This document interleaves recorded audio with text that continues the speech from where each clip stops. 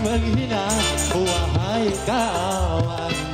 Kesalahan berbicara bisa membawa celaka.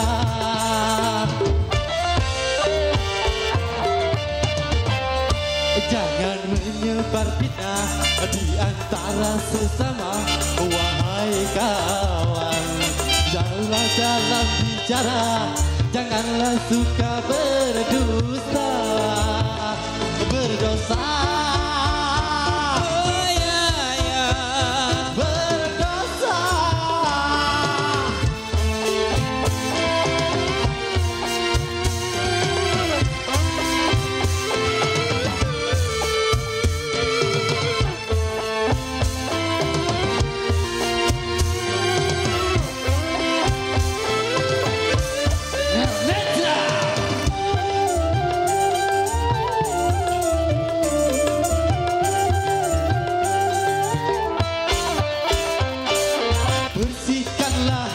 Jangan saling membenci atau berprasangka yang tak pasti.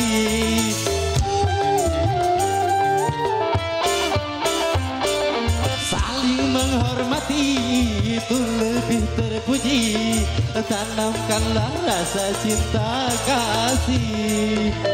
Beranilah rasa dan seragam, miliklah budi pekerti yang mulia.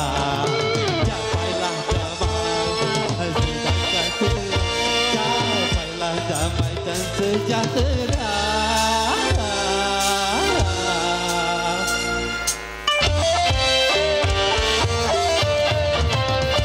Jangan suka mencela, apalagi menghina, wahai kawan. Kesalahan berbicara bisa membawa celaka.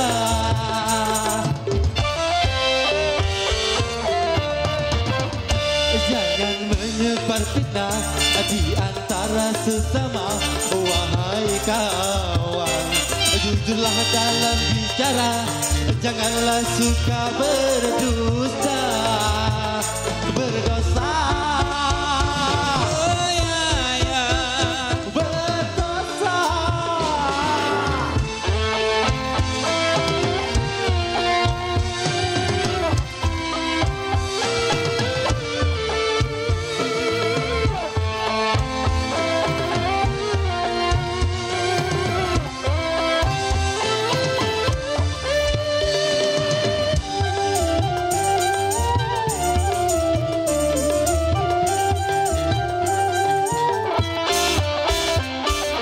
Bersihkanlah hati, jangan saling membenci atau berprasangka yang tak pasti.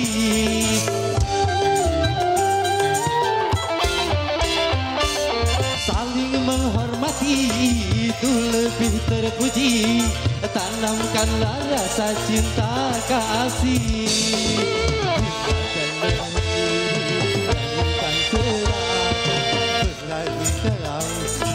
Curang semata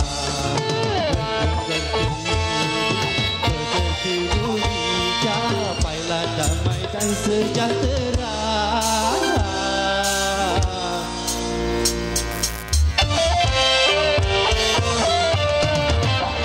Jangan suka mencela, apalagi menghina, wahai kawan. Kesalahan berbicara bisa membawa celaka.